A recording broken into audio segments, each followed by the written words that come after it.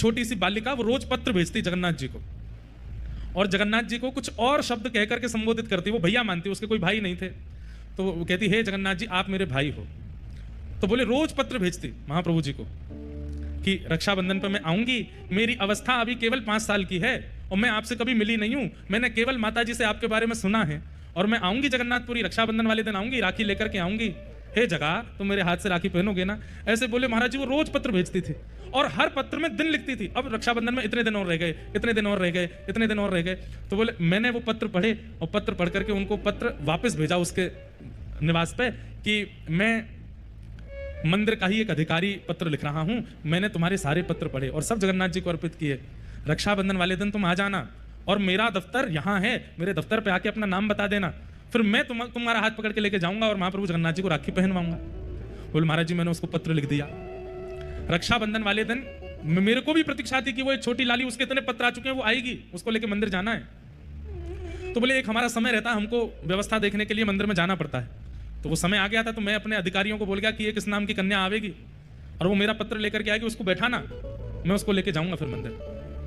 बोले हम सब व्यवस्था देखने के लिए गए, व्यवस्था देख करके आए तो मैंने पूछा अधिकारियों से कि कोई लाली आई थी क्या छोटी। बोले हाँ, एक 4 साल की 5 साल की बालिका आई थी और आके थोड़ी देर बैठी रही, फिर पता नहीं कहाँ चली गई।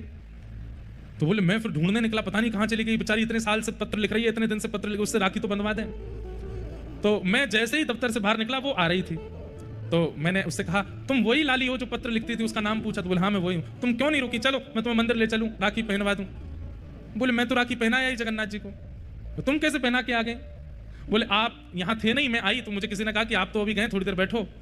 पर पता नहीं कहाँ से एक भैया आए बाहर से और मेरा हाथ पकड़ के, गोरे चिट्टे भैया बिल्कुल इतने गोरे।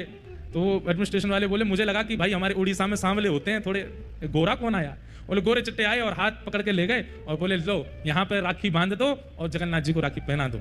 और बोले अंदर पहनवा करके आए। महाराज जी आश्चर्य की बात ये थी कि मेरे मंदिर से निकलते और मेरे लौटने तक इतनी देर कपाट बंद थे, महाप्रभु जी के जगन्नाथ जी के दर्शन हो ही नहीं रहे थे, फिर वो राखी कैसे पहना के आई भीतर। मैंने उससे पूछा कि तुमने राखी पहनाई, जगन्नाथ जी को देखा। बोले हाँ। मैंने कहा मुझे दिखाओ कहाँ बांध के आई हो। तो बोले भीतर लेके गई और द्वार के पास ही एक स्थान पर जहाँ पर बंद बनाया जाता, भीतर लोग ना जाएं, वहां राखी पहना करके आई। कपाट बंद थे, वो भीतर कैसे गई। बोले गोरे गोरे भैया लेके गए। तो फिर मन में भाव आया कि श्री बलभद्र जी आए और आकर के लाली को लेके गए, बोले जगन्नाथ जी को राखी पहना दो। आज भी एक नहीं अनेक लीलाएं मैंने सुनी है, आज भी महाप्रभु जगन्नाथ जी करते हैं।